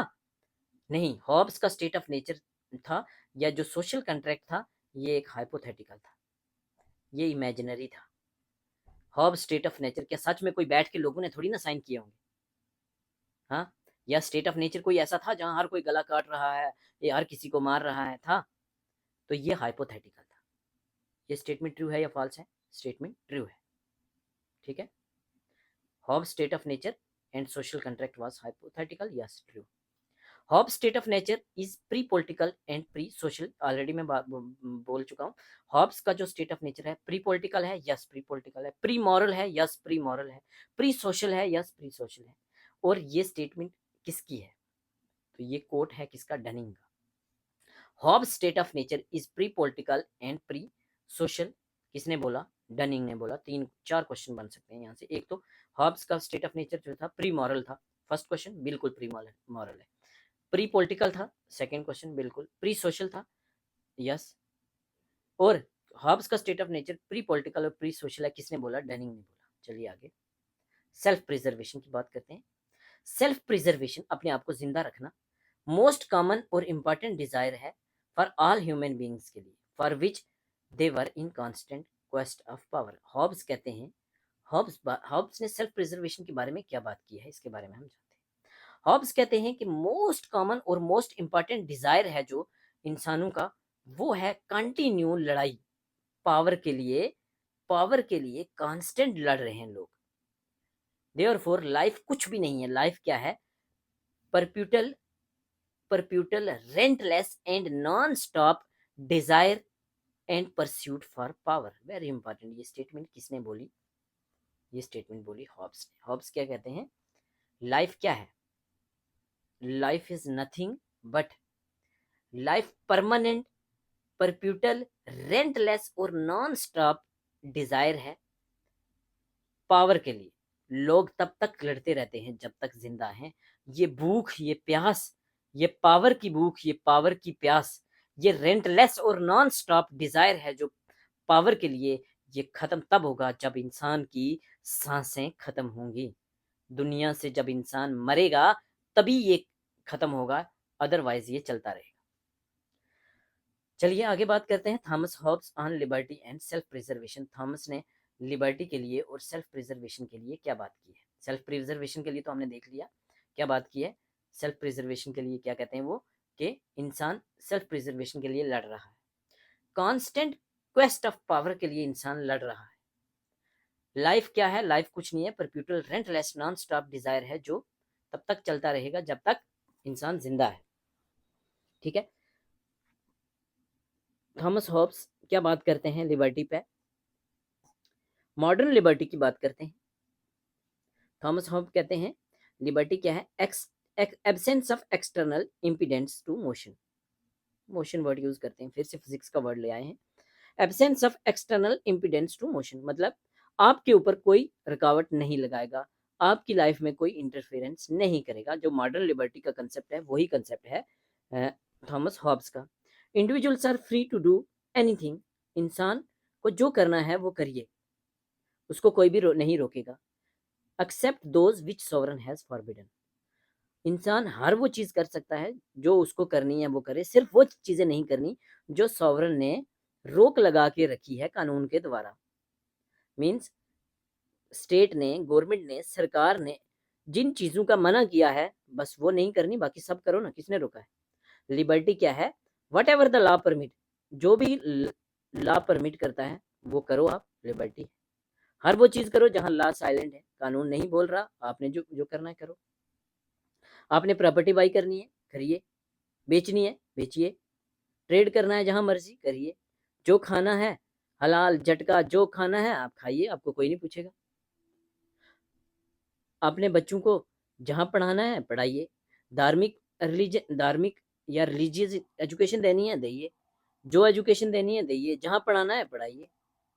राइट्स टू प्राइवेट बिलीव्स, आपको जिस धर्म को मानना है मानिए, मूर्ति पूजा करनी है करिए, नमाज पढ़नी है पढ़िए, जिस बिलीफ को आप मानते हैं आप मानिए। यही है लिबर्टी हॉब्स की। Hobbes stated that sovereign was having absolute power, तो हॉब्स क्या है, मोनार्की को सपोर्ट करते हैं और एब्सोल्यूट पावर दे रहे हैं over the subject, but except right of self preservation. यहाँ भी सेल्फ प्रिजर्वेशन की बात करते हैं हॉब्स। हॉब्स कहते हैं जो भी कानून राजा ने आपके लिए बनाए हैं, सोवरन ने आपके लिए बनाए, आपने मानने हैं, बट जब बात राइट टू सेल्फ प्रिजर्वेशन की आएगी तो आप राजा के खिलाफ भी भिड़ सकते हैं। Right, except right of self preservation which was only absolute right of individual. तो एक एब्सोल्यूट, राजा के पास एब्सोल्यूट अथॉरिटी है, इंडिविजुअल के पास एक एब्सोल्यूट राइट है। कौन सा? Right to self preservation. If the sovereign is not able to protect the life of individual, अगर सरकार आपकी लाइफ नहीं बचा पा रही, देन इंडिविजुअल के पास राइट है, आप रेजिस्ट करिए सरकार को, सोवरन को रेजिस्ट करिए, राजा को रेजिस्ट करिए। ठीक है।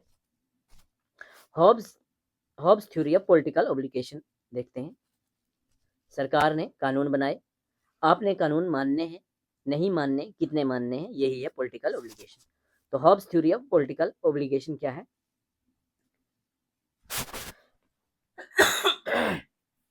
Sorry. Hobbes sustained position of sovereign on the basis of theory of political obligation.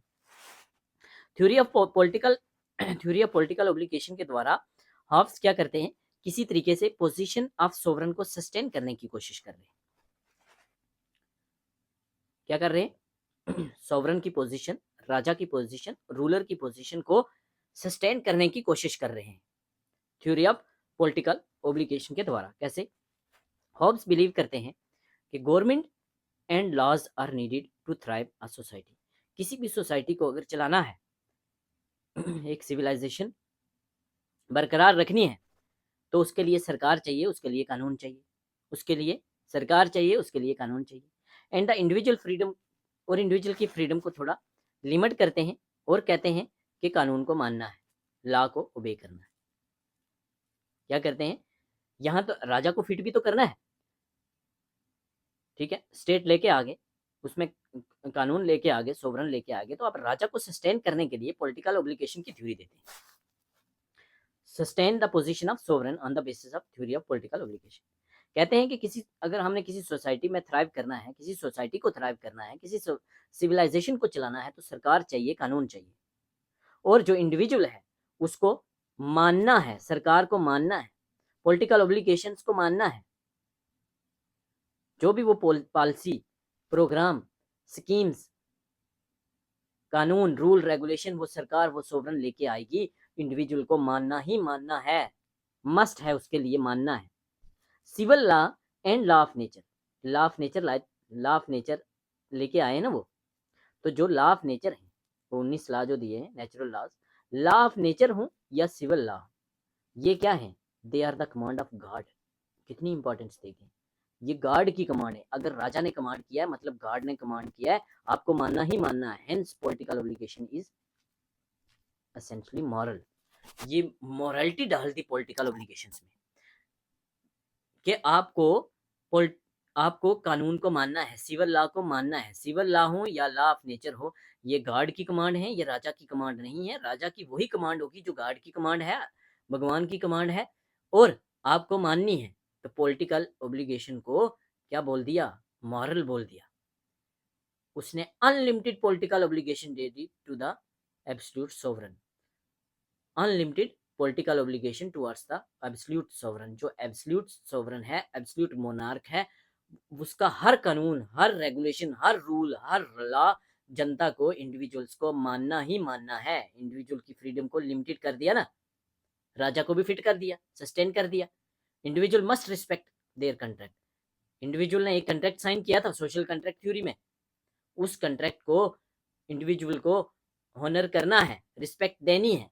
उसमें इंडिविजुअल कहते थे हम अपने सारे के सारे लॉ, सारे के सारे राइट्स, जो सारे के सारे राइट्स हम सरेंडर कर रहे हैं एक सोवरन को, एक रूलर को, एक मोनार्क को, और हम मानेंगे उस राजा को, उस सोवरन को। Individual must respect there contract. Sovereign is the representative of individual. तो सोवरन जो है वो रिप्रेजेंटेटिव है इंडिविजुअल्स का। इंडिविजुअल्स ने खुद रिप्रेजेंटेटिव बनाया है through social contract. Individuals as they voluntary authorise किया है, उन्होंने मर्जी से एथराइज किया है, उसको फुल पावर और फुल अथॉरिटी दी है, तो अब उसको मानना भी पड़ेगा ना, उसके कानून को मानना पड़ेगा। अगर नहीं मानोगे तो आपको पनिश किया जाएगा, आप पे सैंक्शन लगाए जाएंगे, आप पे फाइन, आपको फाइन देने होंगे, आपको जेल में भी जाना पड़ सकता है अगर आप कानून का पालन नहीं करोगे। फंसा दिया ना थॉमस हॉब्स ने। चलिए आगे। थॉमस हॉब्स का व्यू क्या था वुमेन पे और जेंडर इक्वलिटी पे। जब बात वुमेन की होती है, बात जेंडर की आती है, तो क्वेश्चन एग्जाम के लिए बड़े इंपॉर्टेंट हो जाते हैं। तो थॉमस हॉब्स का क्या व्यू था वुमेन पे और जेंडर इक्वलिटी पे, अगर इससे क्वेश्चन आ जाए तो आप कैसे हैंडल करोगे। थॉमस हॉब्स क्या फेमिनिस्ट थे? नहीं। क्या एंटी फेमिनिस्ट थे? नहीं। क्वेश्चन पूछा जाए ना, जैसे पूछा जाए प्लेटो, क्या प्लेटो फेमिनिस्ट थे? तो प्लेटो को फर्स्ट फेमिनिस्ट ऑफ वर्ल्ड भी कहा जाता है। ठीक है, मैंने बड़े अच्छे से डिटेल में बताया, यहाँ बात नहीं करूँगा। ऐसे ही अगर पूछा जाए क्या थॉमस हॉब्स फेमिनिस्ट थे, तो स्टेटमेंट रॉन्ग होगी, फेमिनिस्ट नहीं थे। अगर पूछा जाए क्या वो एंटी फेमिनिस्ट थे, तब भी स्टेटमेंट रॉन्ग होगी। तो Thomas Hobbes neither feminist nor anti feminist, गोलमोल बात की है इन्होंने। He accepted the idea of gender equality, एक तरफ वो कहते हैं मेल फीमेल बराबर है, क्या जेंडर इक्वलिटी के आइडिया को एक्सेप्ट किया है थॉमस हॉब्स ने? यस। जेंडर इक्वलिटी की बात करते हैं, कहते हैं मेल फीमेल सारे बराबर हैं, बट ना वो फेमिनिस्ट है ना एंटी फेमिनिस्ट है, but did not reject the concept of patriarchy. तो मेल डोमिनेट सोसाइटी जो होती है, पैट्रियार्की, पैट्रियार्की को रिजेक्ट नहीं किया, पैट्रियार्की को रिजेक्ट नहीं किया। ठीक है, आगे बात करते हैं। Hobbes state that commonwealth was creation of father. पैसा, दौलत, वेल्थ, प्रॉपर्टी कौन क्रिएट कर रहा है? कहते हैं फादर कर रहा है, मतलब पैट्रियार्की की तरफ इशारा दे रहे हैं। And its succession only belong to male, और उसकी प्रॉपर्टी जो होगी वो उसके मरने के बाद कौन हकदार होगा? मेल मेंबर के पास जाएगी कमांड। अगेन पैट्रियार्की को सपोर्ट कर रहे हैं, कहते हैं कि मेल्स के पास ज्यादा विजडम है, ज्यादा करज है, और वो नेचुरली फिट है रूल के लिए, तो सपोर्ट कर रहे हैं मेल को, सपोर्ट कर रहे हैं पैट्रियार्की को।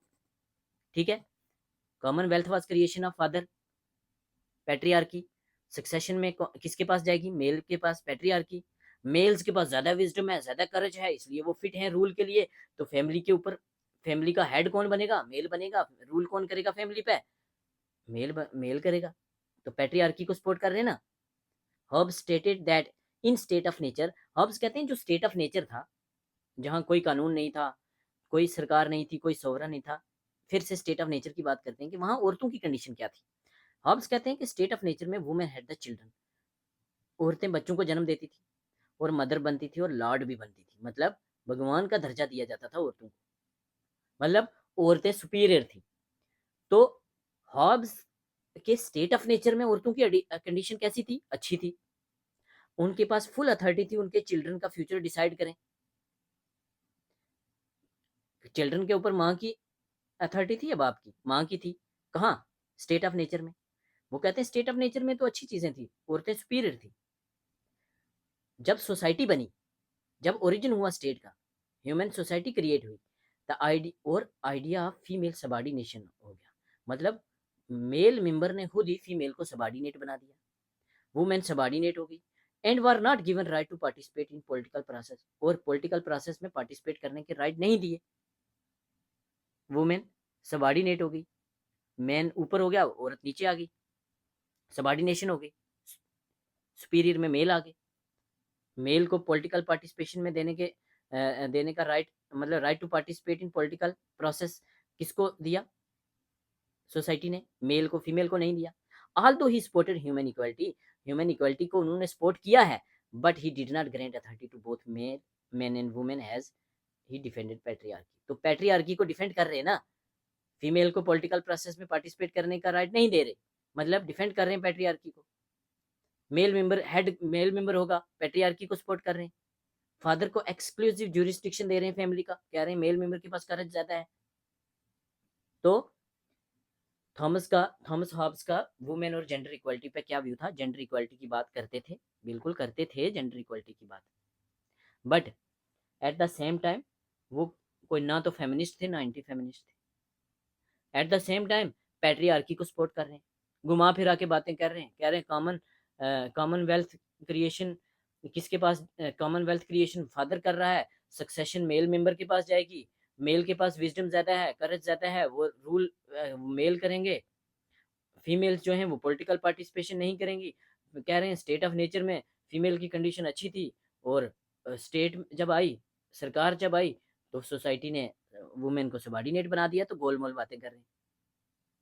ठीक है, तो आपने भी ऐसे ही समझ के आंसर देना है। Major works of Thomas Hobbes देखते हैं, वेरी इंपॉर्टेंट, इनके इंपॉर्टेंट काम देख लेते हैं। 1628 में इनका पहला वर्क आता है, वेरी इंपॉर्टेंट। 1628 1628 में फर्स्ट वर्क इनका आता है। क्या था first work? History of Peloponnesian वार। ये इनकी बुक नहीं है। हिस्ट्री ऑफ पेलोपोनेशियन वार क्या है, हमने पढ़ा था ना, प्लेटो में भी पढ़ा है, अरिस्टोटल में भी पढ़ा है। पेलोपोनेशियन वार में स्पार्टा और एथन की वार चल रही थी, जो पेलोपोनेशियन वार, जो एथन हार गया था, स्पार्टा जीत गया था। तो उसी को लेके प्लेटो एजुकेशन सिस्टम भी लेके आता है। तो हिस्ट्री ऑफ पेलोपोनेशियन वार किसने लिखी है? थुसाइडिडस, थुसाइडिडस, थुसाइडिडस ने लिखी है। थुसाइडिडस, थुसाइडिडस। तो हिस्ट्री ऑफ पेलोपोनेशियन वार किसने लिखी थी? थुसाइडिडस ने। जो थुसाइडिडस की हिस्ट्री ऑफ पेलोपोनेशियन वार थी, उसको ट्रांसलेट किया इंग्लिश में किसने? थॉमस हॉब्स ने। थॉमस हॉब्स ने ट्रांसलेट किया था हिस्ट्री ऑफ पेलोपोनेशियन वार को, ना कि लिखा था। क्यों किया था? क्योंकि वो अटैक करना चाहते थे एथेन की डेमोक्रेसी के ऊपर। ठीक है, नेक्स्ट इनकी बुक है 1642 में। नेक्स्ट बुक, इंपॉर्टेंट बुक लिखते हैं, De Cive on the citizen. De Cive on the citizen, De Cive on the citizen. De Cive इनकी बुक है, या पूरा नाम है De Cive on the citizen. ठीक है, हिस्ट्री ऑफ पेलोपोनेशियन वार को ट्रांसलेट करते हैं, थुसाइडिडस की बुक है 1628 में। 1642 में ये डी काइव ऑन द स्टीजन लिखते हैं। डी काइव में क्या है, क्या पूछा जाता है? बात करते थे ना, फ्रेज एक था इनका, all of war of all against all. हर कोई हर किसी के साथ लड़ रहा है, सेम फ्रेज यूज किया है, war of all against all. First question, war of all against all किसका फ्रेज है? थॉमस हॉब्स का फ्रेज है। कौन सी बुक में बात करते हैं?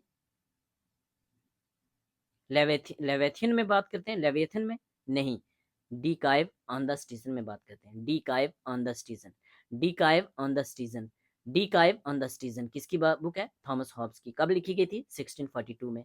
वार ऑफ ऑल अगेंस्ट ऑल का फ्रेज कौन सी बुक में है? De Cive on the citizen में। और क्या है इसमें? डील्स विद नेचुरल लॉस, जो वो 19 नेचुरल लॉस की बात करते हैं, वो कौन सी बुक में बात करते हैं? De Cive on the citizen में और लेविएथन, दोनों में करते हैं वो बात। तो इसमें क्या कहते हैं? Deals with natural laws and necessity of establishment of stable government की क्या जरूरत है, स्टेबल गवर्नमेंट की क्या जरूरत है, और जो नेचुरल लॉज हैं, नेचुरल लॉज और necessity of establishment of stable government, natural laws and necessity of establishment of stable government किसमें क्या बात करते हैं? De Cive on the citizen, war of all against all, De Cive on the citizen 1642, 1642। Elements of law, natural and politic, ये किसकी book है? Element of law, natural and politic, ये book है थॉमस हॉब्स की, और ये बुक लिखी गई थी 1650 में। अगर इनकी सारी बुक्स आपको भूल जाएं, बट एक बुक आपने कभी भी नहीं भूलनी, वो बुक है लेवियाथन। लेवियाथन बुक कब लिखी थी? 1651 में लिखी थी। लेवियाथन किसकी बुक है? थॉमस हॉब्स की बुक है। इसको कहा जाता है masterpiece in political thought by Hobbes. Hobbes का मास्टरपीस कौन सा है पॉलिटिकल थॉट में? लेवियाथन है। इसमें बात करते हैं, ये सोशल कॉन्ट्रैक्ट थ्योरी है ना, जो सोशल कॉन्ट्रैक्ट थ्योरी की बात किस में की है? लेवियाथन में। Social contract and rule of an absolute monarch, हम सारे अपने राइट सरेंडर कर रहे हैं एक मोनार्क को, मोनार्क रूल करेगा। सोशल कॉन्ट्रैक्ट थ्योरी ये कहाँ है? लेवियाथन में। Masterpiece in political thought by Hobbes, Leviathan 1651। Structure of society and legitimate government, structure of society and legitimate या लेगिटिमेट, कुछ लोग लेजिटिमेट पढ़ते हैं, कुछ लेगिटिमेट पढ़ते हैं, आपको जो पढ़ना है पढ़िए। तो structure of society and legitimate government, ये किस बुक में है? लेवियाथन में। डी कारपोरे, डी कारपोरे, डी कारपोरे क्या है? डी कारपोरे किसकी बुक है? डी कारपोरे थॉमस हॉब्स की बुक है। कब लिखी गई थी? 1655 में। ये सीक्वेंस ना, ये कभी कभी एग्जाम में पूछा जाता है। क्रोनोलॉजी, बुक्स की क्रोनोलॉजी, डेट बेशक ना पूछा जाएगा, सीक्वेंस में लिखो, सबसे पहले कौन सी आई, फिर कौन सी आई, फिर कौन सी आई, तो डेट पता होगी तभी लिखोगे ना। तो डी कारपोरे किसकी बुक है? लेविएथन के बाद आती है, 4 साल बाद, और किसकी है? हॉब्स की। 58 में ये लिखते हैं डी होमाइन, डी होमाइन, डी कारपोरे के बाद 3 साल के बाद डी होमाइन, तो डी होमाइन किसकी बुक है? थॉमस हॉब्स की। नेक्स्ट, 1681 में ये बुक लिखते हैं, कौन सी? बेहेमोथ, बेहेमोथ, बेहेमोथ, या इसका पूरा नाम है Behemoth the history of the cause of civil war of England. तो इंग्लैंड का जो सिविल वार था, जो 1642 से लेके 1651 तक चला था, जिसमें चार्ल्स वन का सर कलम कर दिया था पार्लियामेंटेरियन ने। ये पूरी सिविल वार की कहानी, इंग्लिश सिविल वार की स्टोरी कहाँ डिस्कस की गई है? तो ये की गई है बोहेमथ में। बोहेमथ या Behemoth the history of cause of civil war of England, ये पूरा नाम है इस बुक का, Behemoth the history of cause of civil war of England. Option में ये तो नहीं दिया जाएगा। अगर पूछा जाएगा कि सिविल इंग्लैंड के सिविल वार के बारे में बात कहाँ की है, तो वो बोहेमथ में की है। कब? 1681 की बुक है। इस बुक का एक दूसरा नाम भी है the long parliament. Which book is also called as the long parliament? तब कौन सी बुक है? बेहेमोथ, बेहेमोथ और Behemoth the history of the cause of civil war of England. ठीक है, तो हमने डिटेल में कवर कर लिया है थॉमस हॉब्स। ठीक है, डिस्कशन कैसा लगा कमेंट सेक्शन में ज़रूर बताना। इस लेक्चर का पीडीएफ हमारे टेलीग्राम चैनल में आपको मिल जाएगा, लिंक मैं डिस्क्रिप्शन में डाल दूंगा। हमारा टेलीग्राम चैनल ज्वाइन करें और वहाँ से ये कंप्लीट 10 लेक्चर की पीडीएफ डाउनलोड करें। ठीक है, हाँ, लेक्चर लेट हुआ उसके लिए सॉरी, मेरी तबीयत ख़राब थी, अभी भी 100% रिकवर नहीं हुआ, फिर भी मैंने आपकी रिक्वेस्ट पे लेक्चर लेके आया हूँ। बार बार आप लोग पूछते हैं सर लेक्चर कंटिन्यू होंगे नहीं होंगे? भैया जब तक एग्ज़ाम आपका नहीं होता मैं लेक्चर लूँगा, मैं कोशिश करूँगा मैं कंप्लीट पूरा सिलेबस कंप्लीट करवाऊँ, पूरे का पूरा सिलेबस करवाने का मैंने सोचा है। लेक्चर में गैप आ सकता है क्योंकि जॉब के साथ काम करना थोड़ा टफ रहता है, और भी प्रॉब्लम्स होती हैं लाइफ में, बट लेक्चर ज़रूर आएंगे। कोशिश करूँगा मैं आपको फ्री ऑफ कॉस्ट यूट्यूब पे ये सिलेबस जो है 10+2 लेक्चरर का पूरा करवाने की कोशिश करूँगा। ठीक है, तो कमेंट सेक्शन में ज़रूर बताएं डिस्कशन कैसा लगा। आपके सपोर्ट की ज़रूरत है, आप लोग लाइक करेंगे मुझे मोटिवेशन मिलेगा, तभी मैं नेक्स्ट लेक्चर लेके आऊँगा। आप लोग लाइक नहीं करते यार, यहाँ तक आ गए हो तो एक लाइक करने में क्या जाता है, एक लाइक कर दिया करो और अपने कॉन्टैक्ट्स में, अपने फ़ोन में जितने भी आपके फ्रेंड्स हैं, ग्रुप्स हैं, उनमें शेयर कर दीजिए। आपके लिए मैं कर रहा हूँ ना, आपके लिए मेहनत कर रहा हूँ। मेरी तबीयत ख़राब थी, फिर भी मैंने आपके लिए लेक्चर लेके आया, और मैं प्रॉमिस करता हूँ आपसे कि मैं आपका सिलेबस कंप्लीट करवाऊँगा। तो इतना तो बनता है, चैनल को लाइक करना, चैनल को सब्सक्राइब करना, हमारी वीडियोज़ को लाइक करना, सब फ्रेंड्स के साथ शेयर करना। Thank you so much. अपना फीडबैक ज़रूर दें।